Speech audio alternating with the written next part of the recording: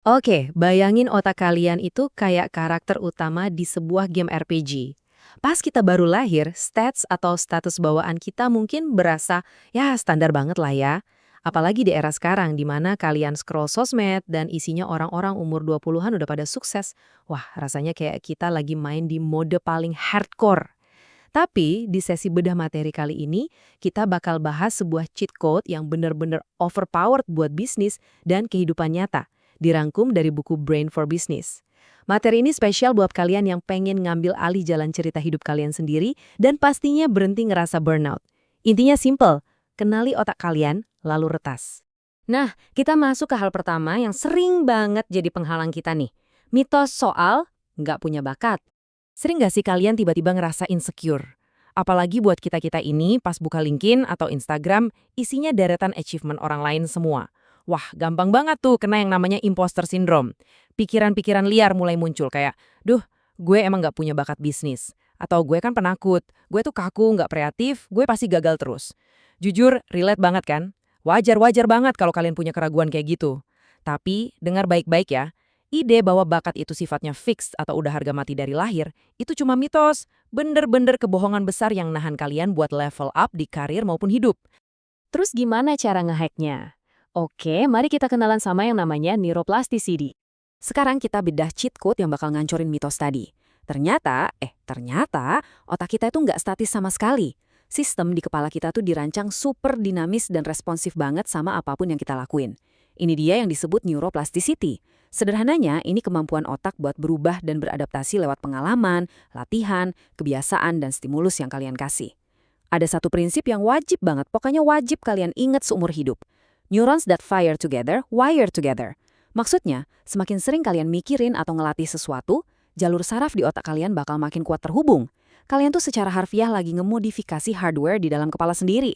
Ibaratnya nih, kalau kalian biasain bangun pagi buat baca buku daripada doom scrolling sampai jam 3 pagi, pelan-pelan otak kalian bakal ngebentuk jalur baru yang bikin kebiasaan produktif itu terasa otomatis. Keren kan? Terus, gimana sih persisnya proses adaptasi ini jalan? Ada dua tahap utama. Pertama, neurogenesis.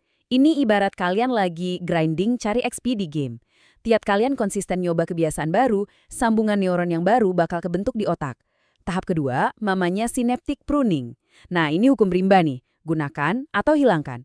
Sambungan saraf yang jarang dipakai bakal melemah, terus putus.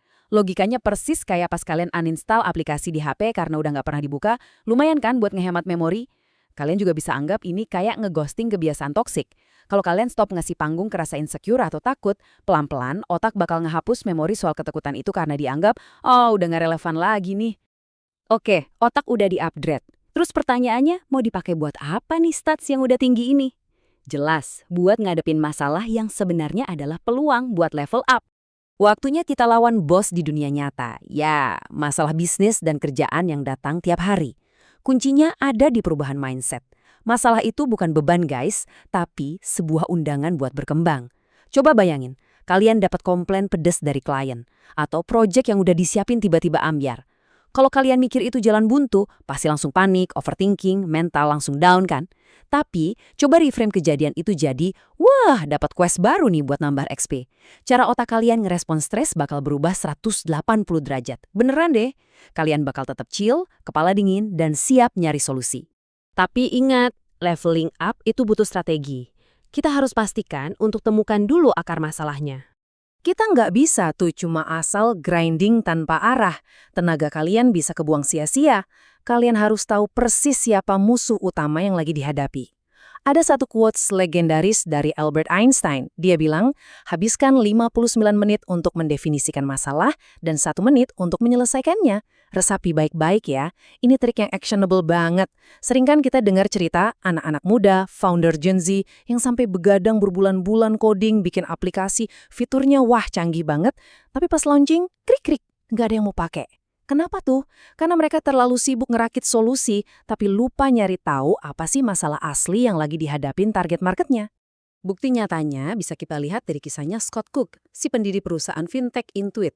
Kalau dipikir pakai logika standar, saingan terberat software akuntansi miliknya ya pasti software akuntansi lain buatan kompetitor kan? Pasti banyak yang mikir gitu. Tapi ternyata salah besar. Pas dia ngelakuin riset dan beneran ngebedah masalah usernya, Scott sadar, musuh aslinya di lapangan ternyata pensil dan kertas. Orang-orang saat itu ternyata masih jauh lebih nyaman nyatet duit secara manual. Nah, bisa nemuin masalah seakurat ini, ngenalin siapa musuh yang sebenarnya, itu adalah power move sejati di dunia entrepreneurship. Buat bisa punya insting setajam itu, kalian butuh mode berpikir yang saling melengkapi, antara kritis dan kreatif. Sederhananya, kalian butuh character build yang balance. Pebisnis atau profesional yang tangguh itu butuh dua jenis stats ini di level yang sama tinggi. Di satu sisi, kita butuh mikir logis, analitis, detail, dan sistematis. Ini wilayahnya critical thinking kalian.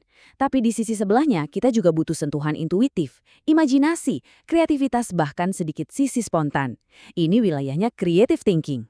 Jadi kalian nggak bisa cuma mentokin satu skill tree aja. Berita bagusnya apa? Ya balik lagi ke kekuatan neuroplasticity tadi. Dua mode ini bukan bawaan orok yang nggak bisa diubah. Ini tuh ibarat otot yang bakal makin gede kalau kalian latih secara aktif tiap hari. Dan ini ngebawa kita ke sebuah mindset shift yang krusial banget. Kreativitas itu pada dasarnya adalah sebuah skill.